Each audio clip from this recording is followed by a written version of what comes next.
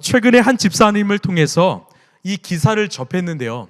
이 미국의 리서치 기관인 퓨 리서치에서 소위 선진국이라 불리는 17개국의 성인들에게 이 조사를 했다고 합니다. 어떤 질문이었냐? 당신의 삶을 가치 있게 만드는 것은 무엇입니까? 당신의 삶을 가치 있게 만드는 것은 무엇입니까? 한번 여러분 스스로에게 돌아볼까요? 여러분의 삶을 가치 있게 만드는 것은 무엇입니까? 우리 온유의 삶을 가치 있게 만드는 건 뭘까? 한번 생각해 보자라는 거죠. 무려 17개국 중에 헬스인가요? 네. 17개국 중에 14개국이 뭐라고 했을까요? 가족이라고 했습니다. 패밀리라고 했어요. 가족이 내 삶을 가치 있게 만든다라고 했습니다. 그럼 나머지 그 세 나라는 뭐라고 했는가? 스페인은 건강이라고 했어요. 스페인 참 마음에 듭니다. 그리고 두 번째는 이 대만은요, 바로 건강한 사회라고 했어요. 그러니까 아무래도 중국과의 관계가 있다 보니까 건강한 사회를 원하는 거죠. 우리나라가 있습니다. 뭐라고 했을까요? 우리나라는 뭐가 가치 있게 만든다? 바로 맞습니다. 뭐니 해도 어머니가 아니라 머니가 최고죠. 돈이죠. 제가 이 기사를 접하면서 솔직히 예상은 했지만 참 속상했습니다. 예로부터 가화 만사성, 가화, 가정이 화목해야 만사성, 모든 일을 할 수 있다라고 했죠. 예로부터 우리는 가정이 화목해야 된다, 가정이 평화가 있어야 된다 외쳤던 이 나라가 언제부터인가 돈에 혈안되어 있습니다. 돈이 내 인생을 책임지고 돈이면 다 된다는 이 물질 만능주의 사상이 이 시대를 바로 지배하고 있습니다. 요즘요, 이 초등학생에게 야, 네 꿈은 뭐야? 라고 물으면 뭐라고 말하는 줄 아십니까? 꿈은? 맞습니다. 예, 맞아요. 혹시 꿈은 아니시죠? 건물주라고 해요. 그래서 이런 말이 있죠. 조물주에 간물주가 있다. 간물주가 최고다. 이게 당연한 게요, TV, 유튜브만 봐도요, 온통 돈 얘기예요. 건물 얘기죠. 뭐 월 연봉 얼마, 월 매출 얼마, 또 연예인들은 어떤 건물을 소유했고 이 드라마에 출연했을 때 회당 얼마를 받는다. 자꾸만 사람을 돈으로 평가하고 돈을 많이 번 사람들이 잘 산다라고 우리는 평가하는 시대를 살고 있죠. 맞습니다. 돈이 많으면 부자죠. 그런데 돈이 많다고 해서 잘 산다라고 말할 수는 없습니다. 여러분, 잘 산다의 여러분 정의는 무엇일까요? 여러분, 잘 산다라는 정의는 무엇입니까? 여러분, 비록 돈은 없어도 가난해도 잘 사는 사람들이 있습니다. 제가 송구 영신 예배 때 말씀드렸던 이 장기려 박사님은요, 비록 자발적으로 가난에 젖혀 있지만 정말 잘 사는 인생 중 하나 아니었을까요? 그렇다고요, 제가 돈이 악하다, 돈이 나쁘다라고 말하고 싶지는 않습니다. 여러분, 돈은 중요해요. 정말 살아가는데 돈은 필요합니다. 여러분, 누군가는 가족을 위해서 새벽부터 밤까지 열심히 땀 흘려 돈을 법니다. 돈은 정말 필요합니다.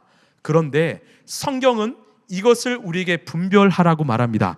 우리 디모데전서 6장 10절입니다. 자, 시작. 돈을 사랑하는 것이 모든 악의 뿌리입니다. 돈을 쫓다가 믿음에서 떠나 헤매기도 하고 많은 고통을 겪기도 한 사람이 더러 있습니다. 돈이 악의 뿌리가 아닙니다. 돈을 잘 사용하면 선한 뿌리가 될 수 있는데 무엇이냐? 돈을 사랑하는 것, 돈을 내가 내 인생으로 예배하는 것, 돈을 우상으로 삼는 것이 뿌리라는 거죠. 돈을 쫓다가 믿음을 상실하고 많은 고통을 당하기 때문에 돈을 사랑하는 것이 바로 악의 뿌리라고 말하는 것이죠. 여러분, 이것을 꼭 분별하시길 바랍니다. 세상은 이걸 가르쳐주지 않죠. 그냥 돈을 많이 벌라고 합니다. 그래서 감당할 수 없을 정도로 많은 부자가 되었는데 그것 때문에 사람과의 관계가 깨어지고 가정이 깨어지고 삶이 망가지는 사례가 얼마나 많은지 모릅니다. 그래서 저는 요즘 이렇게 기도합니다. 잠언서 30장을 보면 이 아굴의 기도라고 하는데, 하나님, 우리 성도들이 너무 부하게도 마시고 너무 가난하게도 마옵소서. 자족하며 살아갈 수 있는 그런 형편을 우리에게 주옵소서. 각자에게 감사하며 자족하며 살아갈 수 있는 그 형편과 그 물질을 허락해달라고 저는 기도합니다. 왜? 너무 부하면 또 그거로 인하여 내 삶이 흔들릴 수 있고, 너무 가난하면 그것으로 인하여 내 삶이 망가질 수 있기 때문이지요. 여러분, 성경은요, 돈에 인격이 있다라고 말해요. 내가 이 돈이란 것을 불의와 부정으로 벌면 그 돈은 우리의 이 삶을 망가뜨린다고 합니다. 내가 이 돈을 정직하고 땀 흘려 번다면 그 돈은 우리의 삶을 풍요롭고 윤택하게 한다고 말합니다. 그리고 그 돈을 흘려보내라고 말하지요. 어느샌가 드라마에서도 재벌가 또한 부잣집 이야기는 있지만 어떤 이 개천에서 용나는 이야기는 쉽게 보이지 않습니다. 따뜻한 가정의 스토리는 잘 보이지 않습니다. 안타까운 시대이지요. 가정이 점점점 깨어져 가고 있습니다. 세상의 가치와 기준에 밀려서 하나님께서 이 세상에서 가장 먼저 창조하신 첫 공동체인 가정들이 무너지고 있습니다. 제가요, 이 교회를 개척하면서 이 몸소 깨달은 사실이 하나 있습니다. 정말 가정이 얼마나 중요한지 몰라요. 만약 가정이 이 제 결정을 지지하고 응원하고 함께 기도하지 않았다면 저는 쉽게 이 라이브처치를 개척하고자 마음먹지 않았을 것입니다. 가정이 있었기 때문에 조금 더 용기를 내고 힘을 낼 수 있었던 것 같습니다. 여러분 삶에 가정이 있다면 하나님이 허락하신 그 공동체를 소중히 여기시길 바랍니다. 나의 부모님, 또한 나의 남편, 아내, 나의 자녀이든 관계를 돌아보면서 함께 회복하고 사랑의 시간을 누리는 것이 우리의 일상의 예배일 줄로 믿습니다. 혹시 깨어진 가정, 위기의 가정이 있다면 정말 오늘 이 시간 하나님께서 찾아가 주셔서 회복되는 역사가 일어나길 간절히 소망합니다. 예전에 한 목사님이 이 재미난 말씀을 하셨어요. 이 오래전에 이 리서치 기관에서 종교에 대해서 이 조사했습니다. 여러분, 우리 한국교회 3대 종교가 뭔지 아십니까? 이 카톨릭과 불교와 개신교죠. 근데 신뢰받는 종교는요, 보통 카톨릭, 불교, 개신교 아니면 불교, 카톨릭, 개신교 순입니다.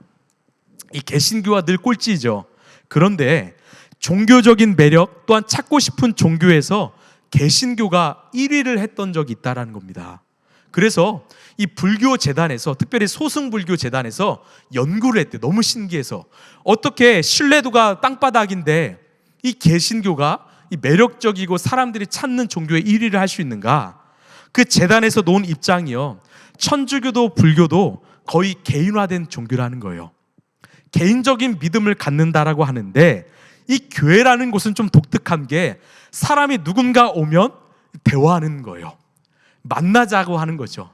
같이 차 마시고 밥 먹자라고 하는 겁니다. 수시로 연락한다라는 거예요.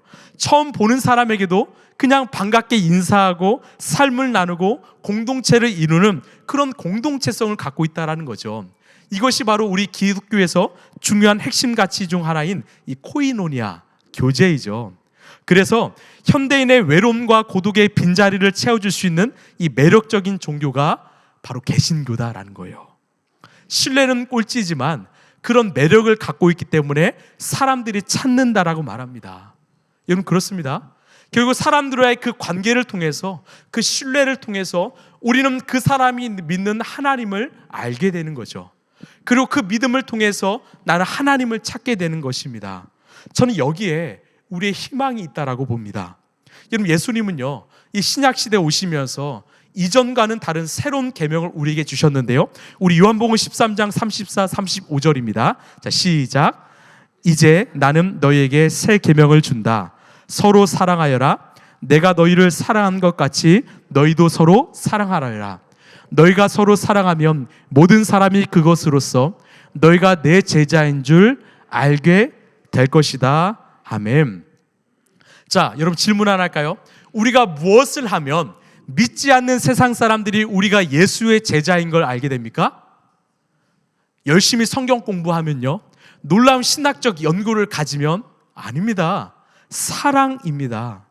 우리가 서로 사랑할 때 어떤 세상이 말하는 그런 정도의 사랑이 아니라 예수님께서 우리에게 보여주시는 그 아가페적 사랑을 우리가 살아낼 때 세상은 우리를 향해서 예수님의 제자이구나라고 말한다라는 거죠. 여러분, 제자이십니까? 그러면 여러분도 그 사랑을 하시길 바랍니다. 사도 바울은 더 극단적으로 우리에게 말하는데요. 이 고린도전서 13장 1절에서 3절을 보면 내가 사람의 모든 말과 천사의 말을 할 수 있을지라도 내게 사랑이 없으면 울리는 징이나 요란 꽹과리가 될 뿐입니다. 내가 예언하는 능력을 가지고 있을지라도 또 모든 비밀과 모든 지식을 가지고 있을지라도 또 산을 옮길 만한 모든 믿음을 가지고 있을지라도 사랑이 없으면 아무것도 아닙니다. 내가 내 모든 소유를 나누어 줄지라도 내가 자랑 삼아 내 몸을 내어 줄지라도 무엇이 없으면, 사랑이 없으면 내게는 아무런 이로움이 없습니다. 여러분, 내 안에 사랑 없으면요, 내가 아무리 교회에서요 사랑합니다, 엄마 잘하셨습니다, 천사의 말을 할지라도, 내게 큰 믿음이 있다고 할지라도, 내 몸을 내어주는 헌신과 섬김과 봉사를 할지라도 아무것도 아니라는 거예요. 즉 사랑이 없으면 그곳은 교회가 아니라고 극단적으로 말하는 거죠. 여러분, 결국 사랑입니다. 교회는요 사랑 공동체이지요. 여러분, 사랑은 혼자 하는 거 아니죠. 함께 하는 거죠. 사랑하기 때문에 그 타인을 수용하는 것이죠. 사랑하기 때문에 내가 손을 내밀어 주는 거죠. 내 자신을 아낌없이 내어주는 거죠. 정말 내가 때로는 발등도 찍혀주는 거죠. 제가요 이 라이프처치가 이 노 미니스트리라고 해서 특별한 사역이 없는 교회라고 외치는 이유는 사역보다 사랑이 더 중요하기 때문입니다. 아니요, 사랑이 곧 사역이기 때문이죠. 많은 교회가 열심히 사역을 하다가 정말 중요한 본질인 이 사랑을 잃어버렸습니다. 열심히 사역은 하는데 교회 안에 싸움과 다툼이 가득해요. 시기 질투가 가득합니다. 열심히 사역은 하는데 오히려 나의 일터와 가정이 점점 더 깨어지고 있습니다. 그렇다고요 우리 교회가 사명이 없는 것은 아니죠. 우리의 사명은 사람을 살리고 사람을 사랑하는 것입니다. 사랑이 곧 사명이고 사랑이 곧 사역인 것이죠. 여러분, 사랑하시길 바랍니다. 사랑이 최고의 사역임을, 사명임을 깨닫고 이 교회에 오시면 의도적으로 더 다가가시고 또 웃어주시고 더 안아주시길 바랍니다. 우리 함께 따라할까요? 사랑이 우리의 사역입니다. 또 따라합시다. 사랑이 우리의 사명입니다. 예, 결국 사랑만이 남습니다. 사랑만이 남더라고요. 사랑만이 기억되더라고요. 그것만이 우리에게 남더라고요. 오늘 이런 관점에서 우리가 말씀을 살펴보길 원하는데요, 우리 19절 말씀 함께 보겠습니다. 19절, 자 시작. 그러므로 이제부터 여러분은 외국 사람이나 나그네가 아니요 성도들과 함께 시민이며 하나님의 가족입니다. 자, 지금 사도 바울이 왜 이런 말을 했을까요? 지금 이 에베소 교회를 한번 보여주실래요? 에베소 교회를 보면 어디에 있냐면 지금으로 보면 이 터키 반도 쪽에 있는데, 이 에베소는요 당시에 로마 제국의 5대 도시 중 하나입니다. 이 소아시아 지역의 수도를 감당했던 도시예요. 이곳에 교회가 세워졌고요, 이들은 당연히 이 예루살렘에서 보면은 외국인 이방인들입니다. 이방인 크리스찬들이었어요. 예루살렘 중심부로 살아가는 유대인의 입장에 보면 에베소는 외국이죠. 에베소 사람들은요, 그 성도들은 유대인들이 그토록 싫어했던 바로 이방인들이었습니다. 자, 주 1세기에 유대인들이 이방인들을 얼마나 싫어하고 혐오했는지 아십니까? 그 윌리엄 바클레이의 기록을 보면 이런 기록이 있어요. 잘 보세요. 유대인들은 이방인들을 엄청나게 경멸했다. 유대인들은 하나님이 지옥불의 연료로 쓰려고 이방인을 창조하셨다고 말했다. 놀랍죠? 지옥불의 연료로 쓴다고 이방인을 창조했다라고 말해요. 그들은 하나님이 나라 중 오직 이스라엘만 사랑하신다고 말하곤 했다. 보십시오.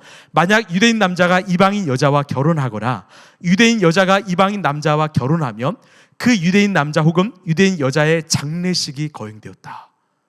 그러니까 이방인과 유대인들이 결혼하면 장례식을 열었다는 거예요. 이방인과 접촉하면 그들에게 이미 죽음과도 같았다라고 말합니다. 이 정도로 싫어했어요. 아, 이방인? 저 지옥의 연료야. 저 이방인과 결혼했다고? 너 장례식 치러야 돼. 마치 예전에 우리가 쇄국 정책을 펼쳤던 것처럼 외국인 이방인들을 마치 벌레만도 못한 취급을 했던 거죠. 또한요, 이 예루살렘 성전 안에는요 이 거대한 성벽이 쳐 있습니다. 이 유대인들만 그 성전 안에서 예배드리고요, 이방인들은 성전 밖에서 예배드리겠는데, 이방인의 뜰이라고 해서요 벽이 쳐 있는데 이 벽이 몇 미터냐? 1.5미터예요. 이게 참 속상합니다. 1.5미터면 제가 키가 거의 한 2미터 가까이 되는데, 그러면 죄송합니다, 하여튼 1.5미터 이 정도 되겠죠. 그럼 이게 약 올리는 거예요. 그러니까 1.5미터면 예루살렘 성전이 안 보이는 것도 아니고 보이는데 넘어갈 수도 없는 그 높이인 거죠. 무슨 말일까요? 조롱하는 거죠. 너희들은 여기서 예배 못 드려, 너희는 거기서 예배 드려야 돼, 이런 의미라는 거죠. 그곳에 또 이런 경고문이 붙어 있었습니다. 한번 보실래요? 어떤 이방인도 성전 주위의 장벽 및 경내에 들어올 수 없다. 누구든 이렇게 하다가 잡혀 죽임을 당해도 그것은 오직 그의 잘못이다라는 거예요. 이것을 통해서 우리는 뭘 알 수 있습니까? 얼마나 유대인과 이방인의 벽이 정말 그들이 하나 되는 게 불가능했던 것인지를 우리는 알게 됩니다. 그게 1세기의 이방인과 유대인들의 삶이었습니다. 그런데 놀라운 일이 벌어졌어요. 엄청난 일이 벌어졌습니다. 이 벽이, 무너질 수 없었던 그 난공불락의 벽이 허물어졌다라는 사실이죠. 우리 에베소서 2장 14, 15절에 보시면, 그리스도는 우리의 평화이십니다. 그리스도께서는 유대 사람과 이방 사람이 양쪽으로 갈라져 있는 것을 하나로 만드신 분이십니다. 그분은 유대 사람과 이방 사람 사이를 가르는 담을 자기 몸으로 허무셔서 원수된 것을 없애시고, 그분은 이 둘을 자기 안에서 하나의 새 사람으로 만들어서 평화를 이루셨습니다. 여러분, 무엇이 그 벽을 허무셨습니까? 예수 그리스도가, 예수님이 오심으로 말미암아 자신의 몸으로 그 벽을 허무셨다라는 거죠. 그렇게 혐오하고 싫어했던 유대인과 이방인이 하나의 새 사람이 되었다라는 겁니다. 여러분, 이것은 엄청난 일이에요. 놀라운 일입니다. 그래서요, 교회 공동체는 첫 번째 따라합시다. 벽을 허무는 공동체. 다시요, 벽을 허무는 공동체.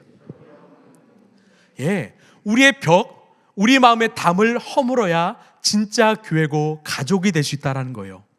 이런 앞서 보시는 것처럼 유대인과 이방인은요, 수천 년 동안 서로 상종조차 하지 않았던 적대적인 관계였습니다. 도저히 하나 될 수 없었던 그 물과 기름의 존재였던 거죠. 이런 무엇이 그들을 하나 되게 했습니까? 바로 예수 그리스도이십니다. 제가 2달 전에요, 이 천안에 집회가 있어서 내려갔습니다.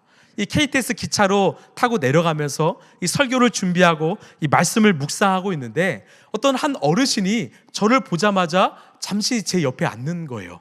그리고 묻는 겁니다. 청년, 감사하더라고요. 청년, 혹시 크리스찬이에요? 묻지 마세요. 예, 저도 청년이에요. 청년 크리스찬이에요?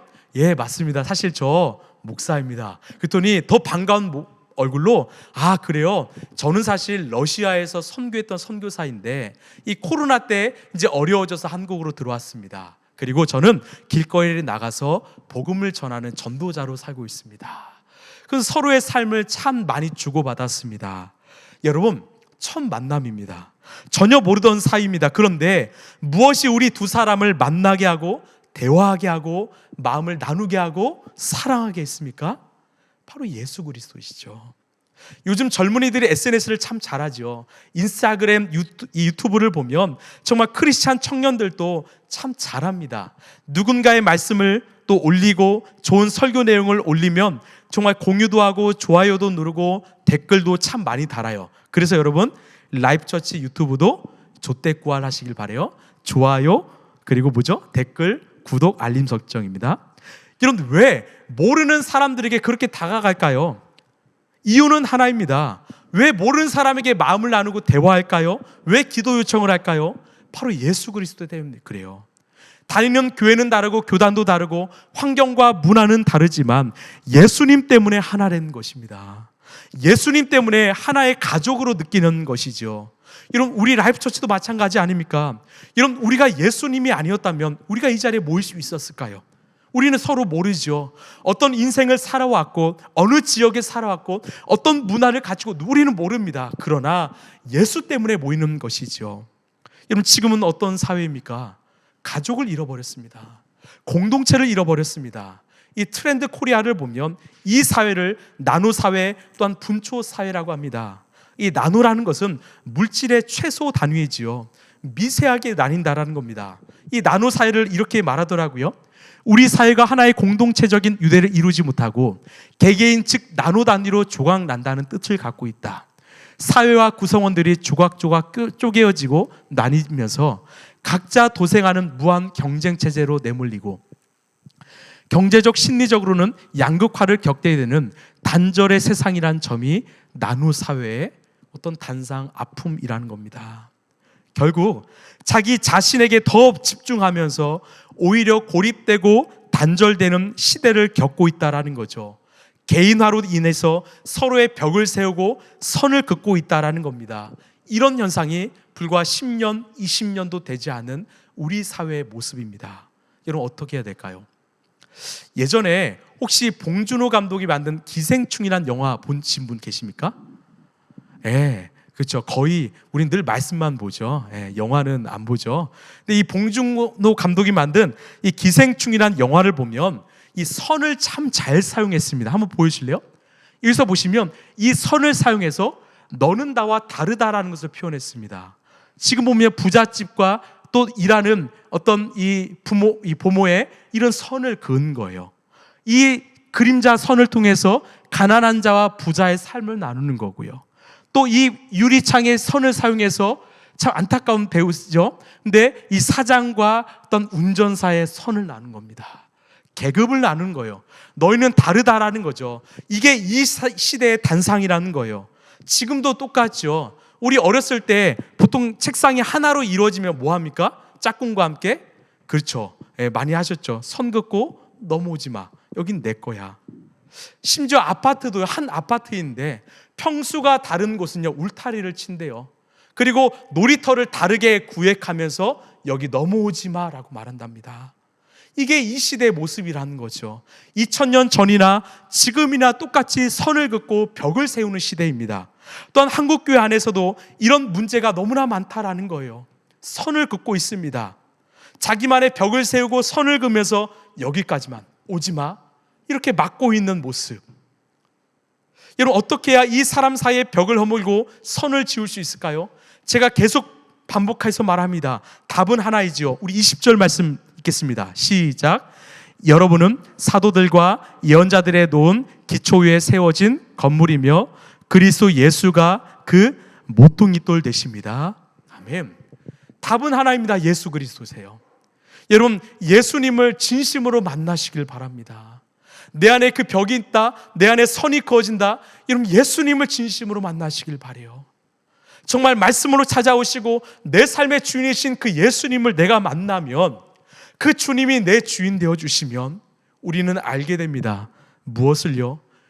유대인이나 이방인이나 다 예수님 앞에서 다 똑같은 존재이다. 나나 저 사람이나 다 죄인이다.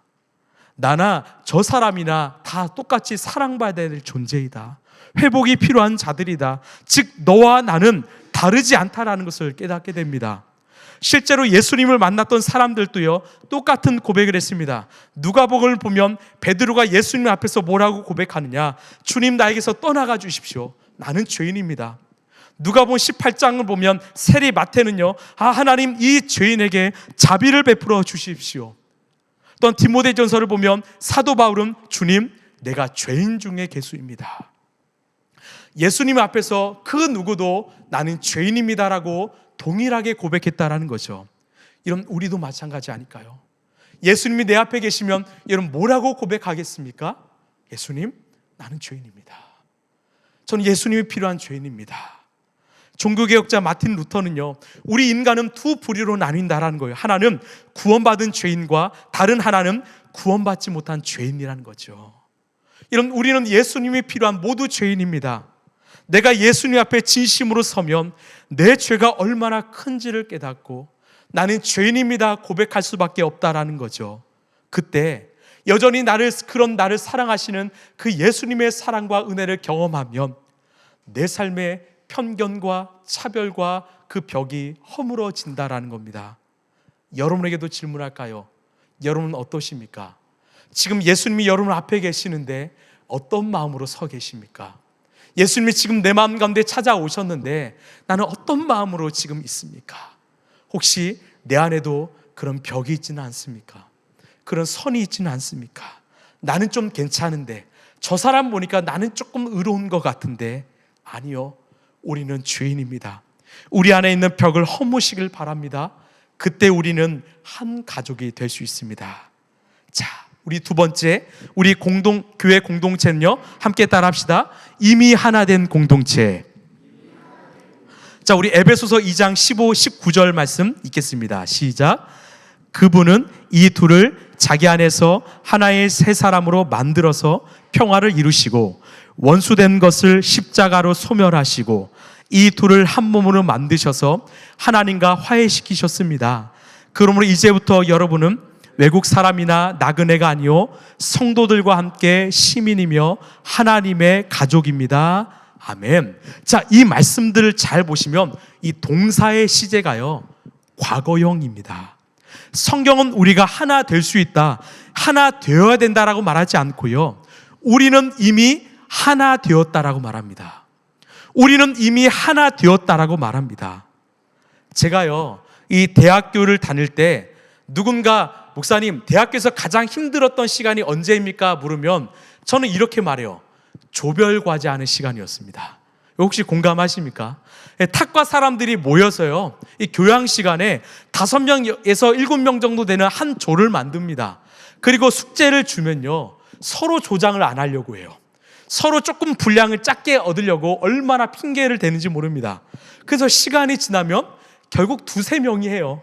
나머지는 띵가띵가 하죠. 왜 이렇게 힘들까요? 왜 이렇게 힘들까요? 다르기 때문에 그래요. 서로 다르기 때문에 그렇습니다. 여러분, 이 잠깐의 한 번의 과제를 위해서 모인 소수의 사람도 하나 되는 것이 힘든데, 그보다 더 많은 사람들이 모인 교회가 어떻게 하나 될 수 있는가? 우리의 노력과 의지, 우리의 힘으로는 될 수 없다라는 거죠. 그런데 성경은 놀랍게도 이런 다양한 사람들이 이미 하나 되었다라고 말합니다. 실제로 예수님을 따르던 그 사도들은요, 완전히 다른 극단의 사람들이었어요. 예를 들어서 열심단 시몬이 있었고요, 또한 세리 마태가 있었습니다. 열심당원은요, 우리로 표현하면 항일 민족 투사입니다. 로마 제국으로부터 이 나라를 다시 독립하기 위해서 이 폭력 무력을 불사했던 과격파 행동대원이었습니다. 반면에 세리는요, 우리로 표현하면 친일파입니다. 로마 제국에 빌붙어서요, 이 동족의 피를 빨아먹는 그 돈을 착취했던 아주 불의한 인간이었습니다. 완전히 상극이죠. 그런 두 사람이 하나 되었습니다. 그런가 하면 이 가장 가난한 이 갈릴리의 빈민가 출신인 이 베드로가 있었고요, 또한 아리마대 부자 출신인 요셉이 있었습니다. 또한 직업이 창녀였던 막달라 마리아가 있었고요, 사내들인 공의회, 우리로 보면 국회의원이었던 니고데모가 있었습니다. 이렇게 완전히 달랐던 사람들이, 서로 상종하지 않았던 사람들이, 한 테이블에 앉아서 식사할 수 없던 사람들이 하나 되었던 거예요. 같이 밥을 나눴던 거죠. 이러면 왜 그랬습니까? 바로 예수님이 이 땅에 오신 이유는 이런 차별을 깨뜨리고 평화를 주시기 위해 오셨기 때문입니다. 남녀노소, 빈부 귀천을 막론하고 모두가 존중받고 사랑받는 이 땅의 천국을 만드시기 위하여 이 땅에 오셨기 때문이죠. 그렇습니다. 오직 예수 안에서만이 우리는 하나 될 수 있습니다. 오늘 제가 처음 뵙는 두 분이 지금 계시는데, 우리가 이분들을 보면 어떤 마음이 들까요? 왜 왔어? 저 사람 뭐야? 무슨 일이지? 이렇게 하지 않고 우리는 어떻게 합니까? 잘 오셨어요. 너무나 잘 오셨어요. 밥 드시고 가세요. 축복합니다. 사랑합니다. 여러분, 우리 이렇게 고백하지 않습니까? 왜요? 바로 우리는 예수님 안에서 같은 은혜를 받고 같은 사랑을 받고 같은 부르심을 받았기 때문이죠. 이 안에 들어오는 그 순간 우리는 한 가족이라고 이미 무장해제를 하고 받아들이기 때문입니다. 저는요, 여러분을 가족이라 생각합니다. 그래서 여러분을 위해서 진심으로 기도합니다. 여러분이 힘들면 저도 힘들고요, 여러분이 기쁘면 저도 기쁩니다. 왜? 우리는 예수님 안에서 이미 한 가족이 되었기 때문입니다. 그래서 우리에게 숙제가 있지요. 우리 에베소서 4장 3절 말씀, 자, 시작. 성령이 여러분을 평화에 띠로 묶어서 하나가 되게 하신 것을 힘써 지키십시오. 아멘. 뭐로요? 하나 되게 하신 것을 힘써 지키라고 합니다. 이 힘써란 말이 헬란 말로 이 스푸다조라고 하는데 지속적으로 끊임없이 끝까지란 뜻을 갖고 있어요. 끝까지요. 그러니까 그냥 한 번 지키는 것이 아니라 끝까지 지키라는 거죠. 섭섭한 마음이 찾아오고 또 사탄이 우리 마음을 흔들 때마다 너희들은 견뎌내고 이겨내서 끝까지 하나 되는 것을 지키라고 말씀합니다. 여러분, 제가 똑같은 색이 되라고 말씀드린 거 아닙니다. 각자의 모습과 캐릭터와 성격과 재능을 갖고 있는 그것을 가지고 아름다운 하모니를 이루자라는 거죠. 여러분, 교회는요, 따라합시다. 교회는 오케스트라 악단입니다. 네, 여러분, 교회는 오케스트라 악단입니다. 다양한 연주자들이 존재해요. 누군가는 바이올린, 누군가는 비올라, 누군가는 첼로, 누군가는 클라리넷, 여러 가지 피아노, 다양한 악기를 울립니다. 그런데 수준급 연주자라 해도 자기 마음대로 연주하면 그 음악은 아름답지 않지요. 이 다양한 연주자들이 모인 오케스트라에는요, 누가 필요합니까? 지휘자가 필요합니다. 지휘자의 지휘에 따라서 소리를 내면 천상의 하모니를 낼 수 있다는 거죠. 이런 우리 교회의 지휘자는 누구십니까? 바로 예수님이시죠. 예수님의 말씀을 따라 우리가 살아가면, 예수님이 가라하고 멈추라 하실 때 우리가 순종하면 우리의 삶을 통해서 가장 아름다운 천상의 하모니가 울려 퍼진다라고 말씀하는 거죠. 여러분, 기억하십시오. 우리는 예수님으로 인하여 이미 하나 된 공동체입니다. 우리는 이미 가족입니다. 그래서 하나 된 것을 힘써 지키시길 바랍니다. 이 마지막으로 이 교회 공동체 특징입니다. 우리 함께 따라할까요? 성장하는 공동체. 자, 21, 22절입니다. 시작. 그리스도 안에서 건물 전체가 서로 연결되어서 주님 안에서 자라서 성전이 됩니다. 그리스도 안에서 여러분도 함께 세워져서 하나님이 성령으로 거하실 처소가 됩니다. 아멘. 자, 좀 전에는 우리를 향해서 과거형으로 말씀되었다면, 우리는 이미 하나 되었다라고 말씀했다면, 이제는 현재형으로 말씀하세요. 너희가 서로 연결되어서 주님 안에서 자라나서 함께 세워져서, 이렇게 말합니다. 무슨 말이에요? 너희들 이제는 하나 되었으니까 성장하라는 거예요. 자라나라는 것이죠. 저는 우리 라이프처치가, 여러분, 성도 한 분 한 분이 작년보다 올해가, 또 올해보다 내년이 더 성장하시길 바랍니다. 제가 늘 말씀드리죠. 우리의 인생의 전성기는 아직 오지 않았다라는 거예요. 여러분, 믿음의 전성기, 우리의 인생의 라이프의 전성기는 아직 오지 않았습니다. 여러분, 각 세계 나라를 보면요, 그 나라를 대표하는 이 궁전이 있습니다. 궁전은요, 어떻습니까? 화려하고 아름답지요. 그곳이 화려하고 아름다운 이유는 무엇이에요? 그곳에 누가 살아서? 왕이 살기 때문이죠. 화려한 곳이어서 왕이 산 것이 아니라 왕이 살기 때문에 화려하고 아름답게 지은 것이지요. 이런 마찬가지입니다. 왜 교회가 아름답고 거룩한 성전입니까? 우리 안에 왕이신 예수님이 계시기 때문입니다. 우리가 아름답고 거룩해서 예수님이 오신 것이 아니라 예수님이 계시기 때문에 우리는 더 아름답고 거룩한 성전이 되어가는 것입니다. 여러분, 믿으십니까? 여러분, 예수님이 우리의 삶 가운데 주인 되시기 때문에 우리의 삶도 더 아름답고 거룩한 하나님의 성전이 되어지는 것이라는 거죠. 이런 모든 공동체는요, 목적과 비전이 무엇인가에 따라서 그 공동체의 컬러는 완전히 달라집니다. 예를 들어서 우리 교회가 나 자신만을 위한 이익을 추구한다면, 내 구원, 내 만족, 내 위로, 내 회복만을 위해 내가 예수를 믿는다면 우리 공동체는 결코 성장할 수 없습니다. 그리고 쉽게 무너집니다. 내게 불편한 사람들 또는 껄끄러운 사람들을 향해서 우리는 자꾸만 선을 긋게 될 것입니다. 그러나 교회 공동체는 그 개인을 넘어선 더 높은 가치와 비전을 가진 공동체입니다. 이런, 왜 우리가 이 자리에 모였을까요? 바로 하나님 나라이죠. 이 땅에 하나님 나라를 세워가기 위하여, 우리의 일상의 자리에서 하나님의 나라를 세워가기 위하여 우리는 이 자리에 모였음을 여러분 믿으시길 바랍니다.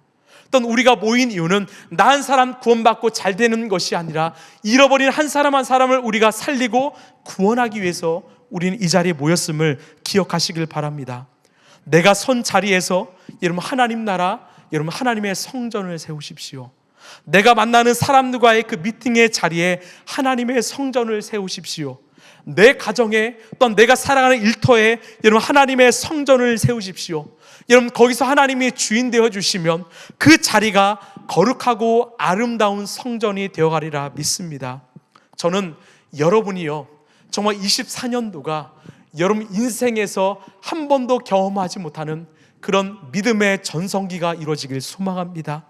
개인적으로 성장하시고 우리 공동체도 많이 성장하길 원합니다. 하나님이 계속해서 우리 안에 주인 되어 주신다면 아마 하나님은요, 우리 공동체를 아름답고 거룩한 성전으로 만들어가게 하실 것입니다. 말씀을 마무리하겠습니다. 여러분, 우리는 한 가족입니다. 예수님 안에서 우리는 한 가족입니다. 혹시 내 안에 아직도 사람을 향한 그 벽이 있습니까? 선이 있습니까? 주님의 사랑으로 허무시길 바랍니다. 또한 우리 이미 하나 되게 하신 이 관계를 여러분 힘써 지키시길 바랍니다. 마지막으로 여러분 꼭 성장하시길 바라요. 믿음은 멈추지 않습니다. 퇴보하거나 성장이지요. 여러분 성장하시길 바라요. 청년 때 내가 정말 예수님 잘 믿었는데 그때 과거로 멈추지 마시고요, 현재형으로 살아가십시오. 나 지금이 좋아. 나 지금 예수님 더 사랑해. 나 지금이 예수님을 더 기다리죠. 그런 성장하는 믿음을 가지고 사시길 바랍니다. 그때 우리는 아름답고 거룩한 성전으로 지어져 갈 것입니다. 우리 교회는 정말 하나님이 칭찬받고 인정받는 이 시대 안디옥이요 에베소 교회가 될 것입니다. 오늘 말씀을 생각하면서 우리 정말 옛날에 많이 불렀던 찬양이죠, 이 기대라는 찬양을 가져왔습니다.